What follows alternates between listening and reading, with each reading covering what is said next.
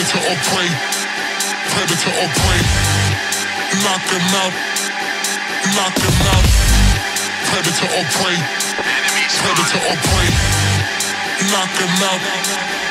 Knock him out. Predator or prey. Predator or prey. Predator or prey. Predator or prey.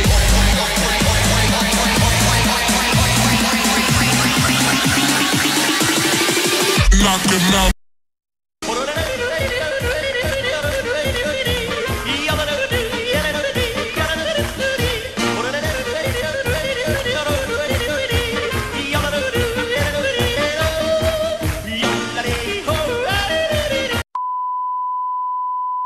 7.07 is here, and along with that, a lot of changes.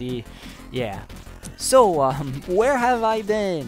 What about making that supposed second part? Well, let me tell you, I made a mistake. And that mistake was not making the video, but saying I would.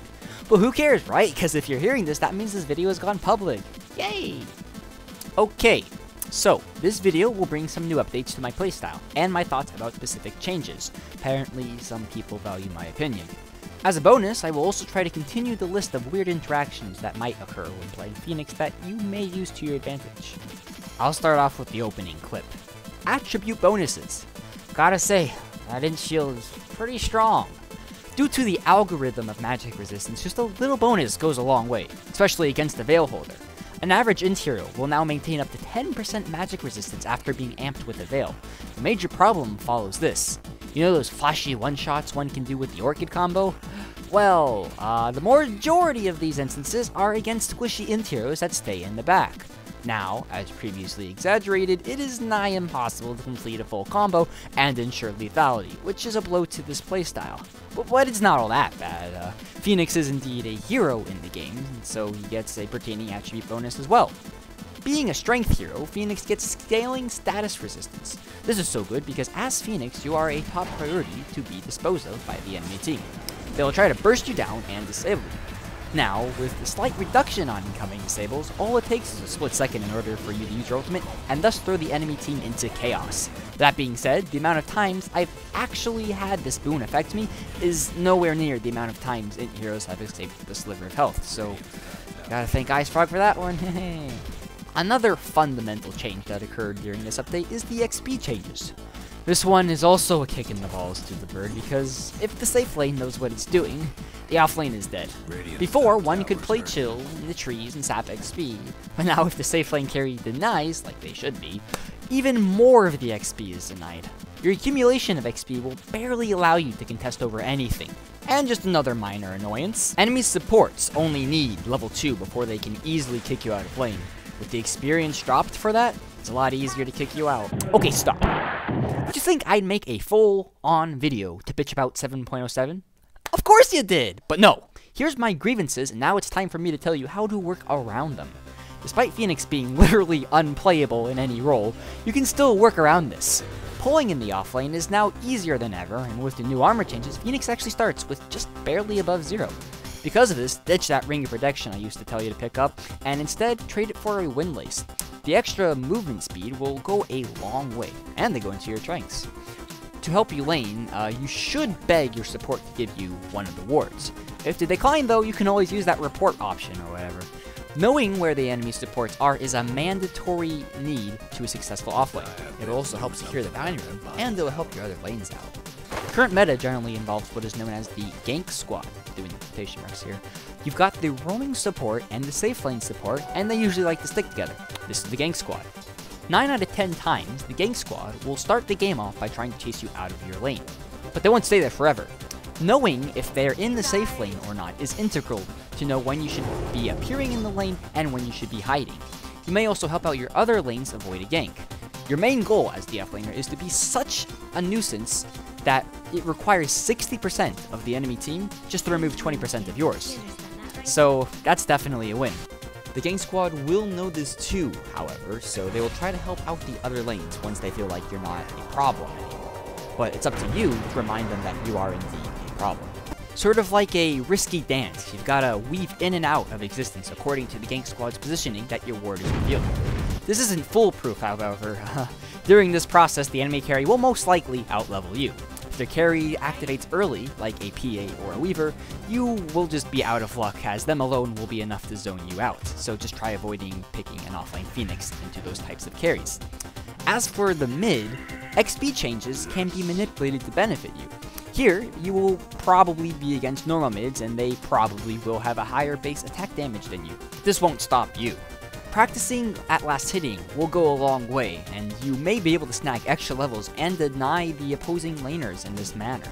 Another method is actually using your abilities, using the same technique as waiting for the enemy to attempt a last hit, send your Fire Spirit, make sure to level 2 though, at the opposing laner, and then deny/last hit as much as you can during the 4 seconds they have slow attack speed. If you're having a really tough time against the opposing laner, like Exort Invoker or Shadow Fiend, think about purchasing that second null talisman to not only boost your attack damage, but also give you enough mana for another cast of Fire Spirits to help you win your lane. I mean, you're gonna purchase it for a Veil anyways. As for status resistance bonus, there aren't very many strength items that Phoenix desires, so if you're having problems with disables, think about getting a Halberd, but not a Heart. We've got a new similar item for that's a lot better. Oh yeah, new items! The new update brought in a couple new items, and it actually appears like every single one of these is Bürd compatible. Let's start with Eon Disc. If the team keeps focusing you down, you can still purchase this item. The extra static gives and its passive works great for the situation. There's less of a need for a Linken's now with this item existing.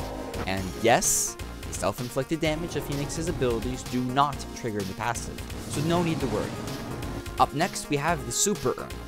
One of the problems with purchasing an Urn of Shadows in the past on Phoenix was that it takes up an item slot with a relatively weak item. Now, it can be upgraded. Not to mention, every single stat it gives is something a mid-game Phoenix loves. Health, movement speed, strength, and more. The final bonus is that, as I mentioned, Int heroes now gain inert magic resistance, but Soul Release is still pure. And to push it really over the edge, this item dampens incoming heals. It's a straight up executing tool now. I should really purchase it more. Up next is Kaya, and I'd like to like this item, it's just that the boons it gives is definitely not worth the entire item slot it takes up. The amp and mana loss is pretty nice, but there's just so many other better items. The Nullifier also makes me feel this way. You would think, the BKBs being a prime counter to Phoenix, you would probably want to pick this item up, but the stats it provides and also the secondary boon of the slowed movement speed upon attacks isn't something a Phoenix can abuse as strongly as another type of boon. Finally, we've got the infamous Meteor Hammer. This item also sucks, but it's a bit interesting. If your team needs help pushing, this item provides some strength for status resistance, but also does that as well. See, Phoenix doesn't exactly want the game to go too late into the game, so if you're having problems taking towers, this item is great for that. The best part is you can dive and begin the channeling at the end of the dive, allowing for a Wi-Fi meme push. Or, maybe with the new level 20 talent, you can pull off some really sick plays. Ah yes, the new talents. They seem to reduce some of the numbers, and we didn't exactly get anything as flashy as others, but I guess I'll take them. The 90 GPM is quite abysmal as compared to the previous 150, and even though it's at level 10, the 8% amp is just a better option. Phoenix lives off of power spikes. Spiraling your peak even higher makes it easier to win. Besides, this talent used to be the level 20 option and still packed a punch. At level 15, we stumble upon a new Blight. The XP talent is now at level 15, and it is boosted, but past level 15, Phoenix doesn't really need levels, so there's no point in investing in it at this point into the game. I mean, one of the biggest power spikes as playing Phoenix is the plus 60 Fire Spirit DPS. Of course, I don't know why the change was lowered, but that 5 transcripts into a potential loss of 80 damage. Dota is a game where every little detail counts immensely. This could very well affect your game negatively.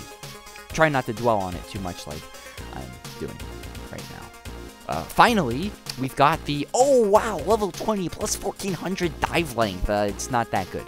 In my previous video, I dedicated a segment to the importance of a supernova placement. This ability makes it very, very, very, very difficult to effectively land an ult. The speed at which you travel makes it even trickier to get off a full ultimate combo. Getting this skill also ruins the potential of a lethal combo, Dive, Orchid, Veil, Fire Spirit's Return, and Sunbeam, as shown in the clip. Now, the returning process takes twice as long to complete, depleting the amount of time you have to amplify Orchid damage, and also effectively burn your targets with the Sun Ray while the dive slow is still in effect. Now, I'm not saying the skill is all that bad, I still get it. It's fun to use in the least, and if the enemy has very mobile heroes or good initiation, so if you stay in the back, this skill is definitely a great choice. Just be careful with it, you know? The alternative +1 supernova stun duration is just far safer in my opinion, and it's also generally strong. Now, at the pinnacle, we've got Temptation versus Safety.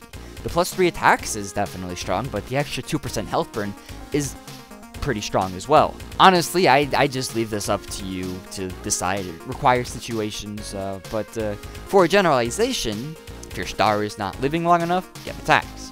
If the star is always going off, get damage. Easy. Anyways, this about sums up my update video. Thanks for watching. In response to my failure to upload my second video, I will try to stream regularly on the weekends.